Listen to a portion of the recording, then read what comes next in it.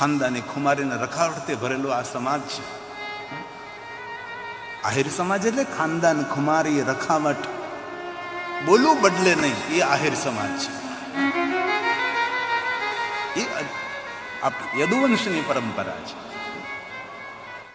તો કથા સાંભળ્યા પછી નાનકડી વાતો પણ જીવનમાં ઉતારીએ, કાંક જીવનમાં અર્ક નીકળે, કાંક જીવનમાં તથ્ય મળે.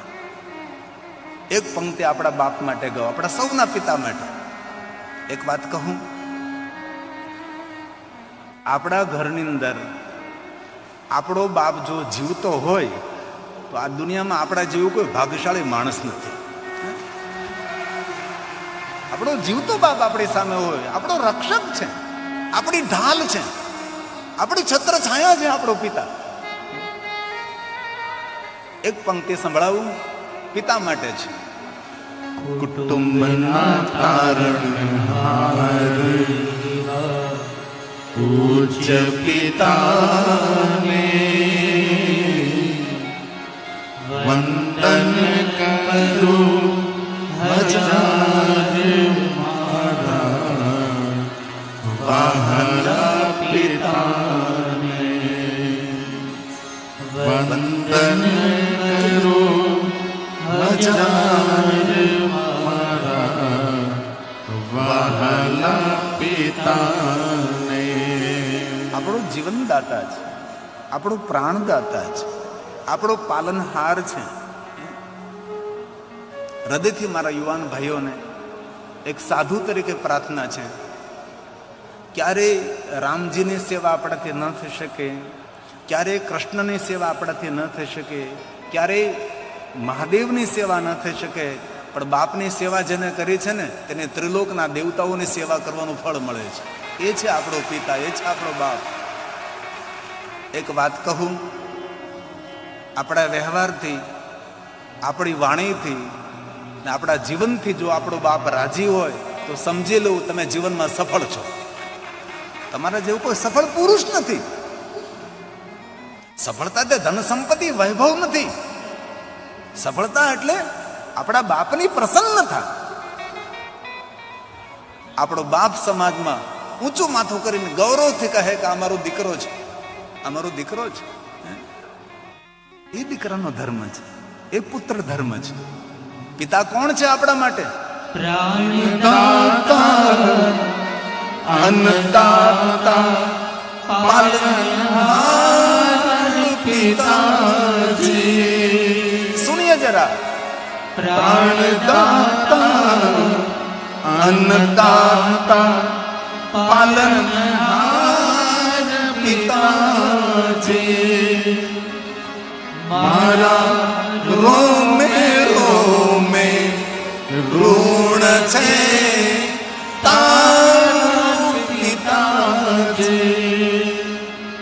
મારા રોમે રોમે ઋણ છે તારું પિતાજી.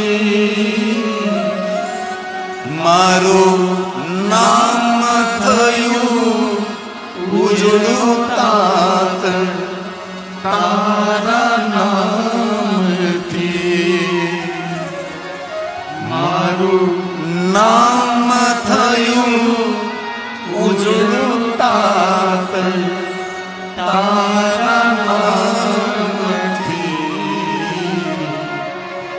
વંદન કરું હજાર મારા વહાલા પિતાને. વંદન કરું હજાર મારા વહાલા પિતાને. બહુ સુંદર પિતા માટેનો ભાવ પ્રગટ કર્યો છે. મા માટે તો ઘણું આપણે બોલીએ છીએ, ઘણું આપણે ગાઈએ છીએ, પણ પિતા માટે પણ આપણે થોડો ભાવ પ્રગટ કરીએ. કારણ કે ઘરનો મોભ છે, ઘરનો આધાર છે, એ પિતાનું મૂલ્ય છે. મારી આંગણે ચાલીને મને માર્ગ બતાવ્યો. બાપ દીકરાની આંગળી પકડીને તેને માર્ગ દેખાડે છે, બેટા આ રસ્તે ચલાય, આ માર્ગે જવાય, ખોટો માર્ગ ન પકડાય બેટા, સાચા માર્ગે ચલાય. આ બાપના ઉદ્ગાર છે, પિતા પ્રત્યેનો ભાવ છે. મારી આંગળી ચાલીને મને માર્ગ બતાવ્યો. હવે સાંભળો તમે, બહુ સુંદર વાત છે. પિતા પ્રત્યેનો ભાવ છે. દુનિયાના દુઃખ સેવી તે મને વીર બનાવ્યો. બાપે મજૂરી કરી, કોઈની વેઠ કરી, કોઈનું અપમાન સહન કર્યું, ઠોકરો ખાધી, પોતે પોતાના પેટમાં નહીં ખાધું, સંતાનોને ખવડાવ્યું, પોતે સારા કપડાં નહીં પહેર્યા, છોકરાઓને સારા કપડાં પહેરાવ્યા, પોતાએ સાદા મોબાઈલ ચલાવી લીધું. દીકરો દીકરી ભણતા હોય તેને સ્માર્ટ મોબાઈલ આપે છે. મારો દીકરો ભણી ગણીને પગભર થાય, મારી દીકરી ભણી ગણીને પગભર થાય. આ બાપની ઈચ્છા હોય છે, તેથી પિતા માટે છે. દુનિયાના દુઃખ સેહી તે મને વીર બનાવ્યો. તારા વાલ ભર્યા પ્રેમનું અમૃત હું પામ્યો.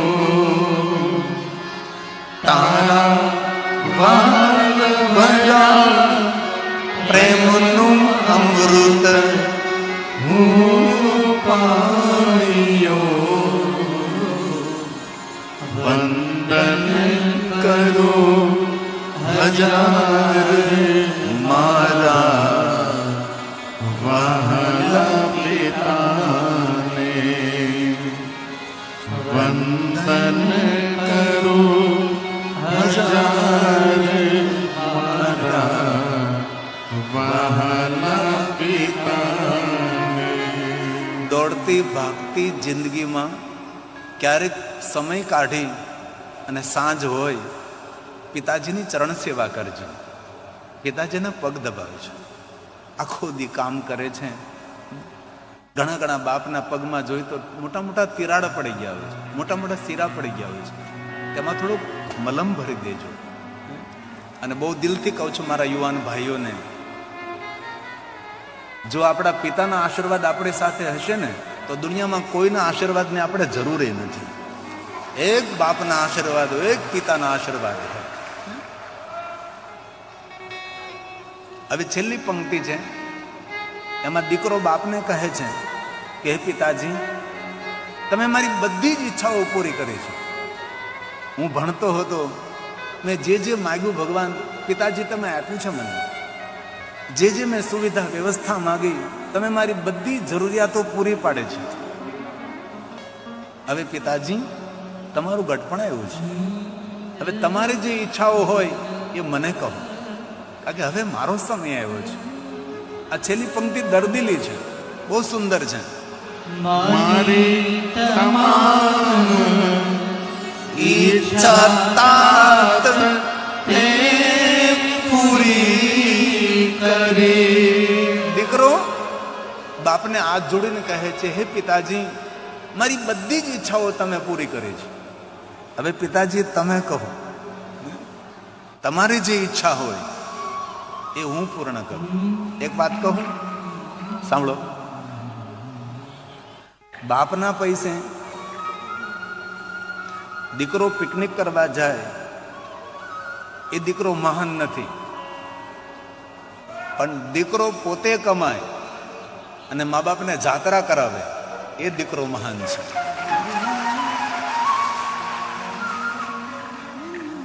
બાપના પૈસે સૌ દીકરાઓ લીલા લહેર કરે છે એમ નહીં, પણ દીકરો કઠોર પુરુષાર્થ કરે, ધન કમાય અને પોતાના મા બાપને તીર્થયાત્રા કરવા લઈ જાય. એવા દીકરાઓની આપણે જરૂર છે. એવા દીકરાઓ કથા નિર્માણ કરે છે. આજે કોઈ ભાઈ આવ્યા હતા, આજ ઘણું બધું મને તેને કહ્યું કે એટલા વ્યસન હતા, એટલો માવો, એટલી બીડી, પણ આ પિંડારક તીર્થની અંદર કથા સાંભળી નિર્ણય લઉં છું કે જેટલા મારા વ્યસન હોય એ બધા જ વ્યસનનો આજે હું ત્યાગ કરું છું. એ તર્પણ છે, આપણા જીવનનું તર્પણ છે, એ જીવનનું સમર્પણ છે. તેથી દીકરો બાપને કહે છે, મારી તમામ ઈચ્છા તાત તે પૂરી કરી.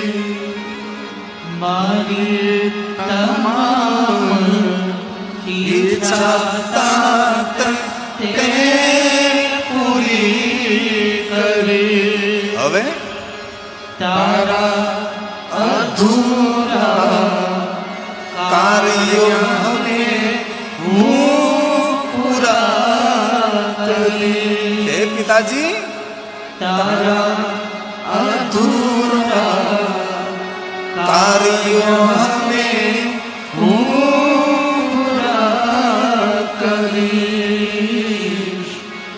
આશીષ તારા પામી જીવન સફળ હું કરીશ. આશીષ તારા પામી જીવન સફળ હું કરીશ. વંદન કરું હજાર મારા વહાલા પિતાને. વંદન કરું હજાર મારા વહાલા પિતાને. તેથી મારા યુવાન ભાઈઓને પ્રાર્થના છે, રોજ મા બાપને પગે લાગો. થઈ શકે તો રોજ પરિક્રમા કરીએ, આપણે પિતાને પરિક્રમા કરીએ, કેટલો આનંદ આવે. આપણે વ્યાસપીઠને પરિક્રમા કરીએ, દેવાલય શિવાલયજીને પરિક્રમા કરીએ, પણ આ બધી જ પરિક્રમાનું ફળ આપણા મા બાપની પરિક્રમા કરવાથી પ્રાપ્ત થાય. આ નારદે કહ્યું છે.